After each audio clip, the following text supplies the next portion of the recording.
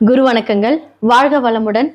உலகெங்கிலும் இருக்கக்கூடிய அக்ஷரா அண்ணாமலை நேயர்களுக்கு எனது அன்பு வணக்கங்கள். சுப்ரஜா சுரேஷ்குமார், டிஎன்ஏ மற்றும் பிரஸ்ன ஜோதிடர், கோவையிலிருந்து. இன்னைக்கு இந்த வீடியோல நம்ம பார்க்க போறது ஆடி மாத பலன்கள். சூரியன் நம்மளுடைய கடகத்துல இந்த மாதம் ஃபுல்லா இருக்க போறாரு. ஸோ அதை தான் ஆடி மாத பலன்கள் அப்படின்னு சொல்ல போறோம். ஸோ திருக்கணிதம் படி பார்த்தீங்கன்னா 16ஆம் தேதி நைட்டு 11:37க்கு பயிற்சி ஆகிறார். அதாவது நம்மளுடைய சூரியன் கடகத்துக்கு வருகிறார். வாக்கிய பஞ்சாங்கப்படி 17ஆம் தேதி காலையில் 7 மணிக்கு அவர் மாறுறார். ஓகே, ஸோ இதில் என்ன அப்படின்னா, ஆடி மாதம் அப்படின்னு சொன்னாலே நமக்கெல்லாம் ஒரு விஷயம் தோன்றுறது அப்படின்னா ஆடி வெள்ளி சொல்லலாம். அதே மாதிரி பெரியவர்களுக்கு தன்னுடைய கடமைகளை செய்யக்கூடிய மாதம் அப்படின்னு சொல்லலாம். அடுத்ததான் ஆடிப்பெருக்கு, ரொம்ப விசேஷமான ஒரு நாட்கள் அப்படின்னு சொல்லலாம். இதெல்லாமே ஆடி மாத பலன்கள். முக்கியமான கிரக சேர்க்கைகள் அப்படின்னு சொல்ல போனால் ஆகஸ்ட் 2ஆம் தேதி சுக்கிரன் கன்னிக்கு போய் நீசமாகிறார். செவ்வாய் ரிஷபத்திலிருந்து மிதுனத்துக்கு வர்றாரு. ஸோ முக்கியமான பயிற்சிகள் சூரியன் எடுத்து பார்த்தீங்கன்னா இந்த 2 கிரகம் பார்த்தீங்கன்னா இந்த மாதம் ஃபுல்லாக ஆடி மாதத்தில் இருப்பாங்க. இப்போ சூரியன் அப்படிங்கிறவர் பார்த்தீங்க அப்படின்னா நம்மளுடைய மிதுனத்திலிருந்து கடகத்துக்கு வர்றாரு. அப்போது தசாபுக்தி காலங்கள் நம்ம மெயினாக எடுத்துப்போம். இது ஒரு பொதுவான ஒரு விஷயந்தான். சூரிய திசை அப்படின்ட்டு எல்லாத்துக்குமே ஒரு தசாபுக்தி காலம் நடக்கும். அப்போ சூரிய திசை யார் யாருக்கெல்லாம் நடக்குதோ அவங்களுக்கெல்லாம் இந்த காலகட்டத்தில் ரொம்ப சூப்பராக இருக்க போகுது. ஏன் அப்படின்னா, காலபுருஷ தத்துவத்தின் படி நம்மளுடைய குரு ஆல்ரெடி அந்த இடத்துல பயிற்சி ஆயிட்டார், உச்சமாகிறார், அதிசாரமாகிறார். அவர் கூட பார்த்தீங்க அப்படின்னு இந்த மாதத்தில் நம்மளுடைய சூரியன் போய் கூட இருக்கும்போது என்ன ஆகும் அப்படின்னா, குருவும் சூரியனும் சேர்க்கை சேரும்போது பெரிய மாற்றங்கள் வரும். ஓகே, உலகளாவிய விஷயங்கள்ல என்ன மாதிரியா மாற்றங்கள் வரும்? தசாபுக்தியா இருக்கட்டும், மந்திரமா இருக்கட்டும், சூட்சமமா இருக்கட்டும், யாருக்கெல்லாம் சூரியன் வலுத்திருந்து சூப்பரா இருக்கோ அவங்க எல்லாத்துக்குமே ஒரு பொன்னான காலம் அப்படின்னு சொல்லலாம். ஓகே, ஸோ நான் ஆல்ரெடி சொன்னேன் இந்த உலகத்துல என்ன மாதிரியான விஷயங்கள் நடக்கும் அப்படின்னு. ஸோ குருவும் சூரியனும் இருக்கும்போது இன்ஸ்டிடியூஷன்ஸ், அதுக்கப்புறமா அரசியலாக இருக்கட்டும், அரசாக இருக்கட்டும், மக்களுக்காக நிறையா வித புதிய திட்டங்கள் அறிமுகப்படுத்தக்கூடிய ஒரு மாதம் அப்படின்னு சொல்லலாம். அதற்கான பிளானிங் ஸ்டார்ட் ஆகும். குரு அப்படிங்கிறனாலே மற்றவர்களுக்கு வழிகாட்டக்கூடிய ஒரு விஷயம். அங்கே சூரியன் அப்படிங்கிறது பார்த்தீங்க அப்படின்னா தலைமை. அப்போ வழிகாட்டுதல் அப்படின்னு சொல்லக்கூடிய நிறைய முக்கியத்துவம் வாய்ந்த முடிவுகள் இந்த அரசால் ஏற்கப்படும், செயல்படும் அப்படிங்கிறத நான் சொல்லிக்கிறேன். ஓகே, இப்போ அடுத்ததான் பார்த்தீங்க அப்படின்னா நான் சொன்ன மாதிரி சுக்கிரன் நீசமாகிறார் அப்படின்னு சொல்கிறோம். சுக்கிரன் அப்படின்னா பொதுவாக யார்? இண்டஸ்ட்ரி, ஃபிலிம் இண்டஸ்ட்ரி எடுத்துக்கலாம். அதே மாதிரி பார்த்தீங்கன்னா ஒவ்வொருத்தருக்கும் இப்போது ஒவ்வொரு ராசினருக்கு பார்க்கும்போது சுக்கிரன் யார் அப்படின்னு பார்க்கலாம். பொதுவாக சுக்கிரன் எந்த இடத்துல நீசமாகிறார் அப்படின்னா புதனுடைய வீட்டில் கன்னி அப்படிங்கிற ஒரு பாகத்தில் பார்த்தீங்கன்னா சுக்கிரன் நீசமாகிறார். அப்போது என்னன்னா நிதிநிலைகள் அப்படின்னு சொல்லக்கூடிய சில விஷயங்கள், மாற்றங்கள். இப்போ நீங்கள் இந்த பேங்க்ல டெபாசிட்ஸ் எல்லாம் பண்ணுறீங்க பார்த்தீங்களா, அதில் ஒரு பெரிய மாற்றங்கள். இதெல்லாமே நிறைய ஒரு என்ன மாதிரி திட்டங்கள், அது மக்களுக்கு நல்லதா கெட்டதா அப்படிங்கிறது அந்த திட்டங்கள் செயல்படும் போது ஒரு சில பேருக்கு ஃபேவராக இருக்கும், ஃபேவராக இருக்காது.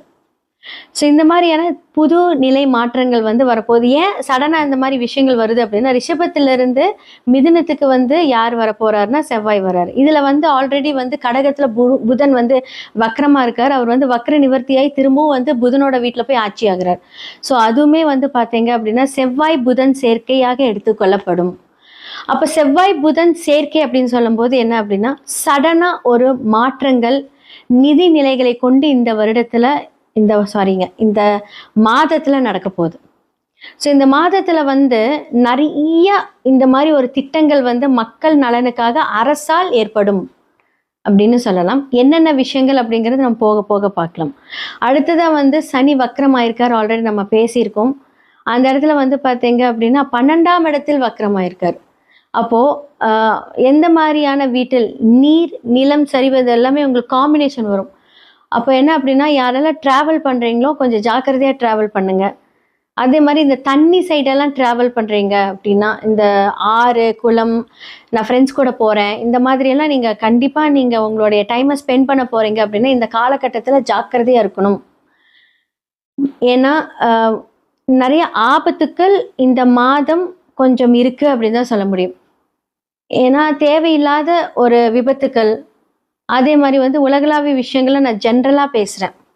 ஸோ நிறைய விபத்துக்கள், அதே மாதிரி குரு வந்து உச்ச வீட்டில் இருக்கும்போது என்ன ஆகும் அப்படின்னா, இப்போ சூரியனோடு அவர் வந்து என்ன ஆகுறாரு, அஸ்தங்கமாகிறார். அப்போ அஸ்தங்கமாகும்போது என்ன ஆகும் அப்படின்னா, நகை விலை அப்படின்னு சொல்லும்போது உங்களுக்கு கொஞ்சம் நல்லாவே கம்மியாகும். ஸோ இந்த டைமில் அது அப்படியே கம்மியாகி செப்டம்பருக்கு மேலே பூம் ஆகும். அதற்கான ஒரு விஷயங்கள் இதெல்லாமே இப்போ தங்க நகை கொண்டு சில மாற்றங்கள் வரும். யூஸ்வலாகவே அப்ஸ் அண்ட் டவுன் இருக்கும். மோஸ்ட்லி கம்மியாகிறது நீங்கள் பார்ப்பீங்க. ஸோ யாருக்கெல்லாம் நகை வாங்கணும்னு பிளான் இருக்குது அப்படின்னா, இந்த ஆடி மாதத்தில் நீங்கள் பிளான் பண்ணிங்கன்னா கரெக்டாக இருக்கும். சரி, இப்போ வந்து இந்த மாதிரியான விஷயங்களெல்லாம் நம்ம சொல்லியிருப்போம். மேஷம்லேருந்து மீனம் வரைக்கும் இந்த ஆடி மாத பலன்கள் எப்படி இருக்குது அப்படிங்கிறத நம்ம பார்த்துடலாம். தனுசு ராசி மற்றும் லக்னக்காரர்களுக்கு இந்த ஆடி மாத பலன்கள் எப்படி இருக்கும்? எதை திருப்பினாலும் அர்த்தாஷ்டம சனியோட பிடியில் இருக்கீங்க, இப்படி இருக்கீங்க, அப்படி இருக்கீங்க, ஜாக்கிரதையாக இருங்க. நான் உங்களுக்கு நல்லது சொல்ல வந்திருக்கேன். ஸோ தனுசு ராசிக்காரர்களுக்கு இந்த காலகட்டம் ஒரு பொன்னான காலகட்டம். ஏன்னா லக்னாதிபதி 8ல் போய் மறைந்து என்ன ஆகுறாரு, அஸ்தங்கமாகிறார். பொதுவாக உபய லக்னக்காரர்களுக்கு இந்த புதனாக இருக்கட்டும், குருவாக இருக்கட்டும், பாவியாகிறது, அஸ்தங்கமாகிறது, லோவாக போகிறது, மறையிறது ரொம்ப ரொம்ப சிறப்பு. அப்போ இந்த மாதம் எப்படி இருக்கும்? அப்போ உங்களோட பிஸ்னஸில் ஒரு புதிய முன்னேற்றம் நீங்கள் பார்க்க போகிறீங்க. ஸோ 8ஆம் இடத்துல போய் மறைந்து அஸ்தங்கமாகிறாரு சூரியன், 9க்குரிய சூரியனோட இதாகிறாரு. அப்போ என்ன ஆகும் அப்படின்னா, அரசு சம்பந்தப்பட்ட விஷயங்கள் மூலியமாக உங்களுக்கு நன்மை ஏற்பட போகுது, வருமானங்கள் அதிகரிக்க போகுது. இது வந்து ஒரு நல்ல விஷயம். ஓகே, அடுத்தது கொஞ்சம் பேடான விஷயம் என்ன அப்படின்னா, 5, 12க்குரிய செவ்வாய் அழகாக பாதக ஸ்தானத்தில் போய் உட்காந்து புதனோட உட்காந்துருக்காரு. அப்போது பேங்க்கில் பணம் வாங்குனீங்க, கடன், ஸோ இதெல்லாமே வந்து நீங்கள் தான் அடைக்கணும் இல்லையா? அப்போ அந்த ஒரு நெருக்கடியை கொடுக்கக்கூடிய ஒரு காலம். சுற்றி சுற்றி நீங்கள் வாங்கின காசுக்கு இப்போ கொடுப்ப, எப்போ கொடுப்ப அப்படின்னு கேட்பாங்க. அப்போ ஒரு விதத்தில் குரு உங்களுக்கு நல்லது பண்ணாலுமே, அப்போது நம்ம ஆல்ரெடி வாங்கின கடனுக்கு வந்து அந்த நெருக்கடிகள் கொடுக்கக்கூடிய ஒரு காலம். அப்போ புதன் அப்படின்னு சொல்லக்கூடியது வந்து பார்த்தீங்கன்னா, இப்போ நீங்கள் காதல் அப்படின்னு சொல்ல விஷயத்தில் வந்து வரீங்க, காதல் திருமணமாக, அந்த காதலில் இப்போ பிரச்சனை வரும், பிரேக்கப்ஸ் இதெல்லாம் நடக்கும். அப்போ இதுக்கெல்லாம் நம்ம எப்படி முன்னேற்பாடாக இருக்கணும் அப்படின்னா, பிரச்சனை வந்து அமைதியாக இருங்க. முடிஞ்ச அளவுக்கு ஒரு பிரச்சனை வந்த இடத்துலேருந்து மூவ் ஆன் பண்ணிட்டு போங்க. அப்போ யாராவது வந்து இந்த காலகட்டத்தில் வந்து பார்த்தீங்கன்னா, நான் செவ்வாய் அப்படிங்கிறது நிலக்காரகன் நான் சொல்லியிருக்கேன், பூமிக்காரகன், சகோதரக்காரர்கள்னாலும் செவ்வாய் தான், பெண்களாக வந்து அது மாங்கல்யஸ்தானம்.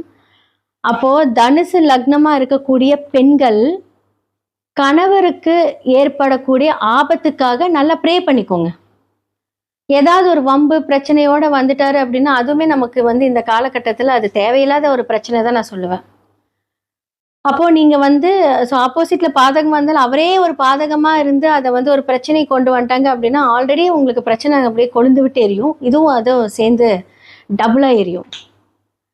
அப்போது பேங்க்கில் வந்து நீங்கள் ரொட்டேஷனுக்கு பணம் வாங்கலாமான்னு கேட்டால் இப்போ வேண்டாம். பணம் வரக்கூடிய விஷயங்கள் வந்து நல்ல ஒரு அமைப்பாக இருக்குன்னு நான் சொல்லியிருக்கேன். ஸோ சூரியனோட சேர்ந்து உங்களோட இப்போ அடுத்த லெவல் ஆஃப் பிஸ்னஸ் நீங்கள் அப்கிரேட் பண்ணுறதுக்கு எல்லாமே நீங்கள் பிளான் பண்ணுவீங்க. ஆனால் பேங்க்கில் போய் வாங்கலாம், வீடு கட்டுறதுக்காக பேங்க்கில் லோன் எடுக்கலாம் அப்படின்னா பிற்காலத்தில் அது 100% பிரச்சனையாக தான் மாறும். அப்போ நெருக்கடி ஆல்ரெடி கொடுப்பாங்க, அதெல்லாம் சமாளிக்கணும். நல்லா ப்ரே பண்ணுங்கள், நிறைய கரெக்டாக பிளான் பண்ணுங்கள். ஸோ வழிகாட்டுதல் அப்படின்னு சொல்லக்கூடியவர் வந்து பார்த்தீங்க அப்படின்னா, பிரச்சனைக்குரிய இடத்துல அஸ்தங்கமாகும் போது நல்ல பிளானிங் வரும். நிறைய ஆன்மீக ட்ரிப்ஸ் எல்லாமே நீங்கள் பண்ணுவீங்க, போவீங்க. அப்போ இந்த காலகட்டத்தில் அதை கரெக்டாக பிளான் பண்ணி அதை சரி செஞ்சுக்கோங்க, ரொம்ப நல்லாயிருக்கும். ஆடி மாத பலன்களாக மேஷம்லேருந்து மீனம் வரைக்கும் ஒவ்வொருத்தருக்கு எப்படி இருக்கும், யார் யார் என்ன பண்ணணும், உலகளாவிய விஷயங்கள என்ன நடக்கும், நம்ம எந்த விஷயத்தில் ஜாக்கிரதையாக இருக்கணும், யாருக்கெல்லாம் ஃபேவரபுளாக இருக்குது அப்படிங்கிறது வந்து நம்ம பார்த்துட்டு வந்தாச்சு. இப்போ இதெல்லாம் நம்ம எப்படி வந்து கன்ஃபார்ம் பண்ணுறது? இதுக்கெல்லாம் பரிகாரம் இருக்கா? எதன் மூலியமாக இந்த பரிகாரத்தை நம்ம வந்து நிவர்த்தி பண்ணிக்கலாம் அப்படின்னா, சுய ஜாதகத்தை பாருங்கள். ஏன்னா இப்போ வந்து உங்களுக்கு வந்து பிரச்சனைக்குரிய ஒரு கிரகம், இப்போ வந்து உங்களுக்கு வந்து சனி வந்து உங்களுடைய லக்னத்துக்கு ரொம்ப ஒரு பெரிய பிரச்சனைக்குரியவராக இருக்காரு அப்படின்னா, அவர் வக்கரமா இருக்காருன்னா அது நல்ல பலன்களை மட்டுமே தரும். இப்போ பொது பலன்களை நான் கேட்டு வந்து அச்சச்சோ நமக்கு இப்படி ஆயிருமோன்னு நினைக்காதீங்க. இந்த மாதிரி கிரக அமைப்புகள் இதெல்லாம் நடக்கும். எனக்கு நிறைய பேர் கால் பண்ணுவாங்க. கால் பண்ணும்போது நீங்க சொல்றது அப்படியே என் வாழ்க்கையில் நடக்குது அப்படின்னு சொல்லுவாங்க. ஆனா ஒரு சில பேர் வந்து நீங்க என்ன இப்படி சொல்றீங்க? எனக்கு அந்த மாதிரிலாம் நடக்கல அப்படிம்பாங்க. அப்போ ஒவ்வொருத்தருக்கும் அது பொருந்தும், ஒவ்வொருத்தருக்கு அது பொருந்தாது. அப்போ என்ன பண்ணலாம்? சுய ஜாதகத்தை பார்த்து அதை ரெக்டிஃபை பண்ணிக்கோங்க. ஸோ ஜெம்ஸ்டோன்ஸ் மூலியமா நிறைய வைப்ரேஷன்ஸை நம்ம வந்து சரி பண்ணிக்கலாம். நியூமராலஜி மூலியமாக, ஏன்னா பிகாஸ் இதெல்லாமே வந்து நான் சொல்றதுல பெஸ்ட் சொல்யூஷன். வாழ்க்கை ஃபுல்லாக உங்களோட வழி நடத்தும். ஒரு சில நேம் சேஞ்சஸாக இருக்கட்டும், ஃபோன் நம்பர் சேஞ்சஸாக இருக்கட்டும், அப்போ வந்து அந்த நட்சத்திரங்களின் ஆய்வுப்படி அதை நம்ம சரி செய்துக்கிட்டோம் அப்படின்னா வாழ்க்கையில் நிறைய மாற்றங்கள், விதியை மதியால் வென்று நிறைய மாற்றங்கள் மூலியமாக நம்மளுடைய வாழ்க்கையிலையும் சரி, தொழிலையும் சரி, வேலைகளிலும் சரி, செய்யக்கூடிய செயல்பாடுகளும் சரி, நம்ம வந்து அந்த முன்னேற்றத்தை பார்க்கலாம். கண்டிப்பாக நடக்குங்க. ப்ளஸ் நம்மளுடைய கடவுள் வழிபாடு கண்டிப்பாக நீங்கள் இவங்கள தான் கும்பிடணும் அப்படின்னாலாம் நான் சொல்லவே மாட்டேன். உங்களுக்கு பிடிச்ச இஷ்ட தெய்வம், உங்களுடைய குல தெய்வம். சில பேர் வந்து பார்த்தீங்க அப்படின்னா மதம் மாறி பார்ப்பீங்க. நிறைய பார்த்தீங்க அப்படின்னா எனக்கு கால்ஸ் வருது. அவங்களுக்கெல்லாம் வந்து பார்த்தீங்கன்னா உங்களுடைய இஷ்ட தெய்வத்தை வேண்டிக்கோங்க. நிறைய ப்ரே பண்ணுங்க, மேனிஃபெஸ்ட் பண்ணுங்க. உங்களுக்கு ஒரு காரியம் வேணும் அப்படின்னா மேனிஃபெஸ்ட் பண்ணுங்க.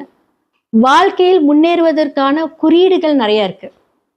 அப்போ நீங்கள் வந்து ஜாதகம் பார்க்கும்போது அடிஷ்னலாக வந்து பார்த்தீங்க அப்படின்னா இதெல்லாம் நீங்கள் சரி செய்துக்கிட்டீங்க அப்படின்னா எவ்வளோ பிரச்சனையாக இருந்தாலும் அதில் நம்ம ஃபேஸ் பண்ணி நடக்கக்கூடிய வழிகளை கண்டிப்பாக நான் காமிப்பேன். ஸோ கண்டிப்பாக நான் சொல்கிற இந்த பரிகாரங்கள், இந்த விஷயங்கள் எல்லாம் நம்ம செய்யும்போது நிறைய மாற்றங்கள் வரும்போது நமக்கு புது புது விஷயங்கள் மேலே நம்பிக்கை வரும். அப்போ ஜோதிடத்தில் வந்து பார்த்தீங்க அப்படின்னா எல்லாத்துக்குமே சொல்யூஷன் இருக்குது. பிரச்சனை வருது அப்படின்னா அங்கே சொல்யூஷன் இருக்குது. அது எப்படி அந்த பாவக ரீதியாக, ராசிகள் ரீதியாக, ஸோ எதுக்கு அதை கரெக்டாக வந்து ஆப்டாக நம்ம வந்து வாழ்வில் பரிகாரங்கள் செய்தால், சில பேர் வந்து பார்த்தீங்கன்னா கோயிலுக்கே போக மாட்டாங்க. நான் மற்ற மதத்தை சொல்கிறேன், நான் கோயிலுக்கெல்லாம் போக மாட்டேங்க, நான் இந்த பரிகாரம் அப்படின்னு சொன்னீங்க அப்படின்னா வாழ்வியல் பரிகாரங்கள் மூலியமாக கண்டிப்பாக மாற்றிக்கலாம். ஸோ வாழ்வியல் பரிகாரம் அப்படின்னா ஒருத்தருக்கு 8ஆம் இடம் பாதிச்சிருக்கு அப்படின்னா அவங்களுக்கு வந்து துப்புரவு தொழிலாளர்கள், க்ளீன் பண்ணுறவங்க, அவங்க வந்து பார்த்தீங்க அப்படின்னு 9ஓட கனெக்ட் பண்ணாங்கன்னா நான் வந்து கோவிலில் வேலை செய்கிறவங்களுக்கு, க்ளீன் பண்ணுறவங்களுக்கு உதவி பண்ணுங்க. அந்த கரெக்டாக அந்த காம்பினேஷன்ஸ் வந்து ஆட் பண்ணி ஜஸ்ட் ஒரு 100 ருபீஸ், 50 ருபீஸ் சாப்பிட வாங்கி கொடுங்க. இது மூலியமாக உங்களுக்கு தீர்வுகள் வரும். இதைத்தான் வாழ்வியல் பரிகாரம் அப்படின்னு நான் சொல்கிறேன். அப்போது உங்களோட சுய ஜாதகத்தை பார்த்து அந்த வாழ்வியல் பரிகாரங்கள் மூலியமாகவும், இல்லை சில பேருக்கு எனக்கு கோவில் தான் வேணும் அப்படின்னா கோவில் பரிகாரங்கள் மூலியமாகவும் உங்களுடைய பிரச்சனைகளை தீர்த்து நல்ல வழி கண்டிப்பாக கிடைக்கும். நன்றி, வணக்கம். முக்கியமான ஒரு விஷயம், பிரசன்னம் மூலியமாகவும் உங்களுடைய பிரச்சனைக்கான தீர்வு இருக்குது. நான் லாஸ்ட் மந்த் வந்து பார்த்தீங்கன்னா 3 வீட்டை நான் விசிட் பண்ணேன். அந்த வீட்டில் முக்கியமானது மட்டும் நான் இப்போ சொல்கிறேன். அந்த வீட்டில் வந்து பார்த்தீங்கன்னா வாஸ்து பிரச்சனைகள் இருக்குது. அப்போது தசாபுக்தி காலங்கள் நமக்கு ஜாதக ரீதியாக நன்றாக இருந்தாலும் அந்த வீட்டில் இருக்கக்கூடிய அந்த வைப்ரேஷன் நமக்கு ஒத்து வரல அப்படின்னா நமக்கு என்ன நல்ல காலங்கள் வந்தாலும் நம்ம செயல்பாடுகளில் சிறிது தாமதங்கள், பிரச்சனைகள், ஓவர் திங்கிங்னால அந்த விஷயங்கள் தடைப்படும். அப்போது வாஸ்துவாக இருக்கட்டும், ஜோதிடமாக இருக்கட்டும், ஜெம்ஸ்டோனாக இருக்கட்டும், நியூமராலஜியாக இருக்கட்டும், எல்லாமே கலந்து அதற்கான பரிகாரத்தையும் வாழ்வியல் பரிகாரத்தையும் நம்ம செஞ்சிட்டோம் அப்படின்னா சூப்பராக இருக்கும். இதை பற்றி தெரிஞ்சுக்கணும் அப்படின்னா கீழே இருக்கிற நம்பருக்கு காண்டாக்ட் பண்ணி உங்களுடைய டீட்டெயில்ஸ் அனுப்புங்க. கண்டிப்பாக இதற்கான தீர்வுகள் நான் சொல்லுவேன். நன்றி, வணக்கம்.